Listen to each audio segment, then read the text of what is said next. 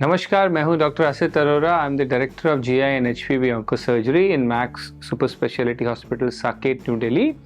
और आज हम बात करेंगे स्टमक कैंसर, उसके अर्ली साइंस क्या होते हैं, उसके रिस्क फैक्टर्स क्या होते हैं और आप उसको कैसे अर्ली डिटेक्ट कर सकते हैं, उसको डायग्नोस कैसे किया जाता है। आप हमारे पुराने वीडियो को भी रेफ़र कर सकते हैं जिसमें हमने स्टमक कैंसर के डायग्नोसिस और ट्रीटमेंट के बारे में डिस्कस किया हुआ है। So early signs and symptoms क्या होते हैं स्टमक कैंसर के? So unfortunately like most of the cancers, stomach cancer भी शुरुआती स्टेज में हो सकता है कोई भी सिम्टम ना करे। और स्टमक कैंसर के जो अर्ली सिम्टम्स होते हैं वो एक बहुत ही ट्रिवियल से सिम्टम्स होते हैं। आपको अपच की शिकायत रह सकती है, जिसे हम इंडाइजेशन भी बोलते हैं। आपको ऐसा लग सकता है कि आपने खाना खाया तो आपका पेट जल्दी भर गया। अर्ली सैटाइटी होती है पेशेंट्स को। कुछ समय के बाद आपको ऐसा लगता है कि खाना खाने के बाद दर्द हो रहा है आपको यहाँ पे अपर एब्डोमेन में। कुछ केसेस में अगर आप ध्यान से देखें तो आपको लगेगा कि आपके स्टूल का कलर चेंज हो रहा है, थोड़ा सा ब्लैकिश कलर का स्टूल है, टारी से स्टूल्स आ रहे हैं।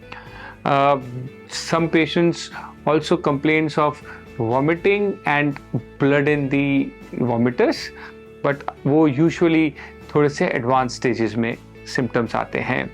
पेशेंट्स को कई बार नौशिया परसिस्टेंट रहता है, उनको भूख कम लगनी शुरू हो जाती है और वो वेट लॉस भी एक्सपीरियंस करते हैं।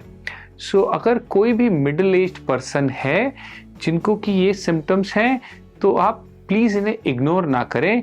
ये कोई भी अंडरलाइंग सीरियस डिजीज जैसे कि स्टमक कैंसर को इंडिकेट कर सकते हैं।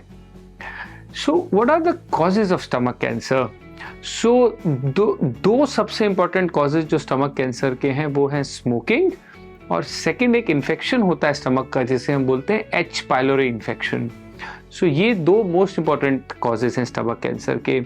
इसके अलावा अल्कोहल का इंटेक, ओबेसिटी, अगर आप बहुत ज़्यादा नमक का सेवन करते हैं, हाई सॉल्ट डाइट अगर आपकी है वो, ये सब जो है बहुत ही क्लोजली रिलेटेड है स्टमक कैंसर के साथ।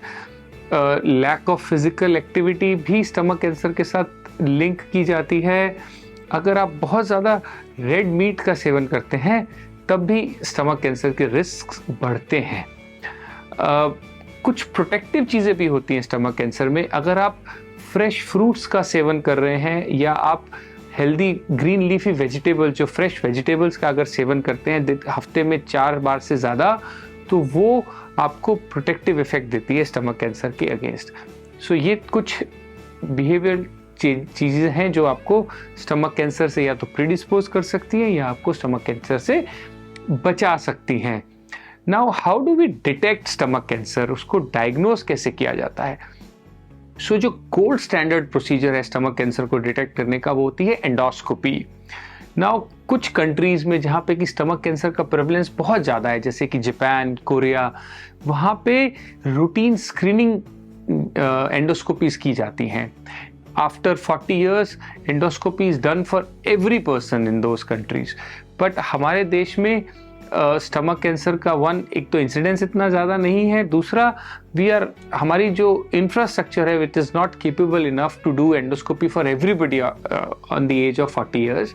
तो हम बोलते हैं कि अगर किसी भी पेशेंट्स को ये सिम्टम्स हो रहे हैं, परसिस्टेंट सिम्टम्स, जैसे मैंने आपको बताया था वीडियो में पहले कि आपको अगर परसिस्टेंट इंडाइजेशन हो रहा है या आपको आपके स्टूल का कलर चेंज होता दिख रहा है या आपको अनएक्सप्लेन्ड वेट लॉस हो रहा है या आपको नौजिया रहता है बहुत ज़्यादा या आपको थोड़ा सा ही खाना खाने के बाद आपका पेट तुरंत फूल जाता है, तो ऐसे केस में you should meet a gastroenterologist and get an endoscopy done. So ये कुछ बहुत ही सरल सी चीज़ें हैं जिससे आप स्टमक कैंसर को डिटेक्ट भी कर सकते हैं अर्ली और अपने आप को उससे प्रोटेक्ट भी कर सकते हैं। Thank you so much.